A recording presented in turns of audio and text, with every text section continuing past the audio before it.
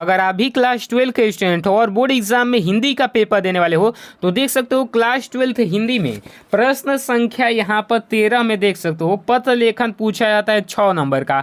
आज की इस वीडियो में हम आपको केवल ये 3 पत्र लेखन बताने वाला हूँ।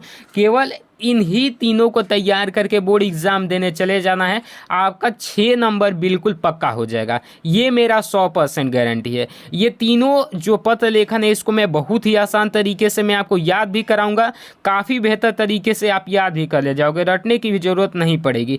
तो चलो वीडियो काफ़ी इंपॉर्टेंट है, वीडियो को स्टार्ट कर देते हैं। तो सबसे पहला जो पत्र लेखन है देख लो, लिपिक पद हेतु आवेदन पत्र जो है लिखना है। ठीक, तो सबसे पहले यहाँ पर जो भी पत्र लेखन होता है उसमें सबसे पहला शुरुआत होता है सेवा में से। ठीक है ना, यहाँ पर सेवा में लिखेंगे, उसके बाद कॉमा लगा देंगे।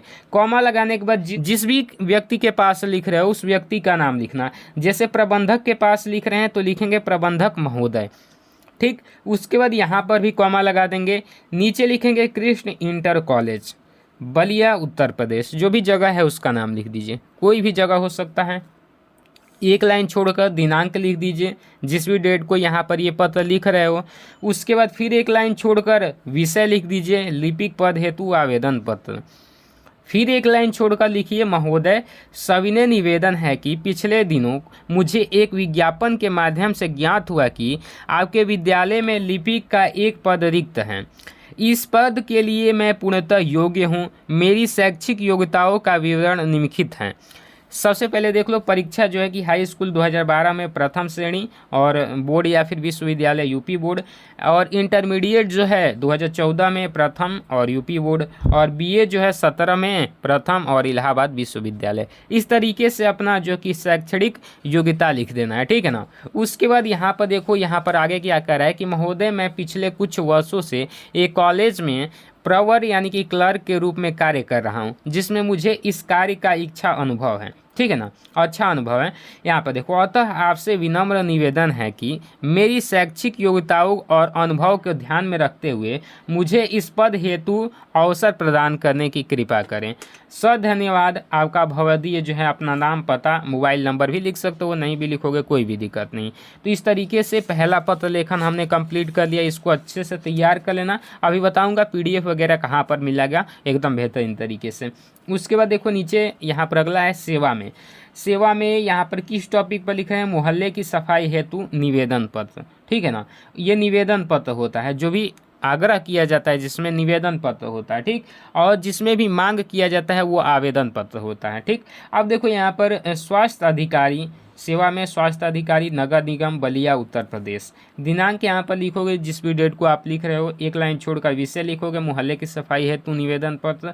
फिर एक लाइन छोड़ोगे और लिखोगे, महोदय जी सविनय निवेदन है कि मैं आपके ध्यान में यह बात लाना चाहता हूँ कि हमारे मोहल्ले में पिछले कई दिनों से सफाई कर्मी नहीं आ रहे हैं। इस कारण जगह जगह कूड़ा करकट का ढेर लग गया है और नालियाँ भी गंदी हो गई हैं। इसके कारण चारों ओर दुर्गंध फैल रही है और लोगों का जीना दूभर हो गया है। ठीक, उसके बाद देखो, रात को बदबू के कारण नींद नहीं आती तथा सड़कों पर गंदा पानी बह रहा है। यदि शीघ्र सफाई नहीं कराई गई तो पूरे मोहल्ले में बीमारी फैलने का खतरा है। इस तरीके से आप लिखोगे। उसके बाद यहाँ पर देखो, अतः आपसे निवेदन है कि कृपया शीघ्र ही सफाई की उचित व्यवस्था कराकर क्षेत्र को स्वस्थ बनाने की कृपा करें।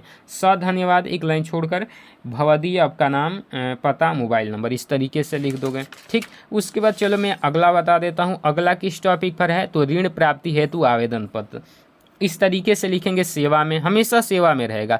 उसके बाद यहाँ पर कॉमा लगा देंगे।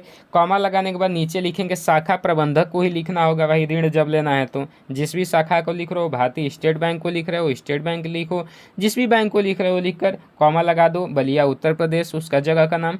यहाँ पर ये जगह आप अपने हिसाब से चेंज कर सकते हो। दिनांक अपना डाल देना, एक लाइन छोड़कर विषय लिख देना, और यहाँ पर एक लाइन छोड़कर लिखना, महोदय सविनय निवेदन है कि मैं सन 2019 में प्रयागराज विश्वविद्यालय से बीए प्रथम श्रेणी से उत्तीर्ण किया है, परंतु अभी तक मुझे कोई रोजगार प्राप्त नहीं हुआ है। मुझे ज्ञात हुआ है कि आपके बैंक द्वारा बेरोजगार युवकों को विभिन्न ऋण योजनाओं के अंतर्गत 18,000 तक का ऋण प्रदान किया जाता है। तो मैं इस योजना का लाभ उठाकर कॉपी पेन की एक छोटी सी दुकान प्रारंभ करना चाहता हूँ। मेरे व्यवसाय के लिए अनुमानित खर्च का विवरण निम्नलिखित है। अपना खर्च का विवरण देना होगा कि भाई कितना खर्च लगेगा। तो देखिए खर्च का विवरण ये है कि दुकान का व्यय 5,000 का दुकान हो जाएगा, मशीन 7,000 का हो जाएगा, कच्चा माल 4,000 का, और अन्य व्यय जो हो जाएगा कि 2,000 का, कुल व्यय 18,000 हो गया। और मासिक हमारी आय जो होगी, इससे मासिक आमदनी होगी वो 3,000 रुपये होगी। हम आपको बढ़िया से भर देंगे। अतः आपसे निवेदन है कि आवश्यक दस्तावेज भरकर मुझे यह ऋण प्रदान करने की कृपा करें ताकि मैं अपने व्यवसाय को प्रारंभ करके आत्मनिर्भर बन सकूं। सर धन्यवाद। एक लाइन छोड़कर भगवती अपना नाम दिनांक वगैरह लिख सकते हो। तो इसी तरीके से आपको पत्र लेखन लिखना है और बस ये 3 पत्र लेखन तैयार करके बोर्ड एग्जाम देने चले जाना है।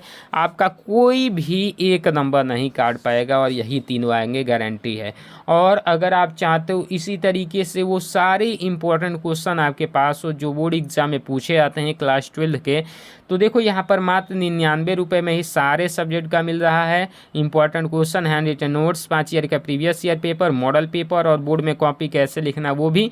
बस करना कुछ नहीं है, ये जो आपको स्क्रीन पर यहाँ पर देखो नंबर दिख रहा है, इस नंबर पे 99 पेमेंट करके उसका एक स्क्रीनशॉट लेके इसी नंबर के व्हाट्सएप नंबर पर, यही व्हाट्सएप नंबर है, उसी पर भेज दोगे। तो जैसे ही आप स्क्रीनशॉट भेजोगे वैसे ही आपके पास PDF सेंड कर दिया जाएगा व्हाट्सएप पर ही, ठीक है। तो इसको अच्छे से समझ लीजिए। यहाँ पर नंबर पे पेमेंट करके स्क्रीनशॉट लेके इसी नंबर के व्हाट्सएप पर भेज देना, आपके पास PDF सेंड कर दिया जाएगा।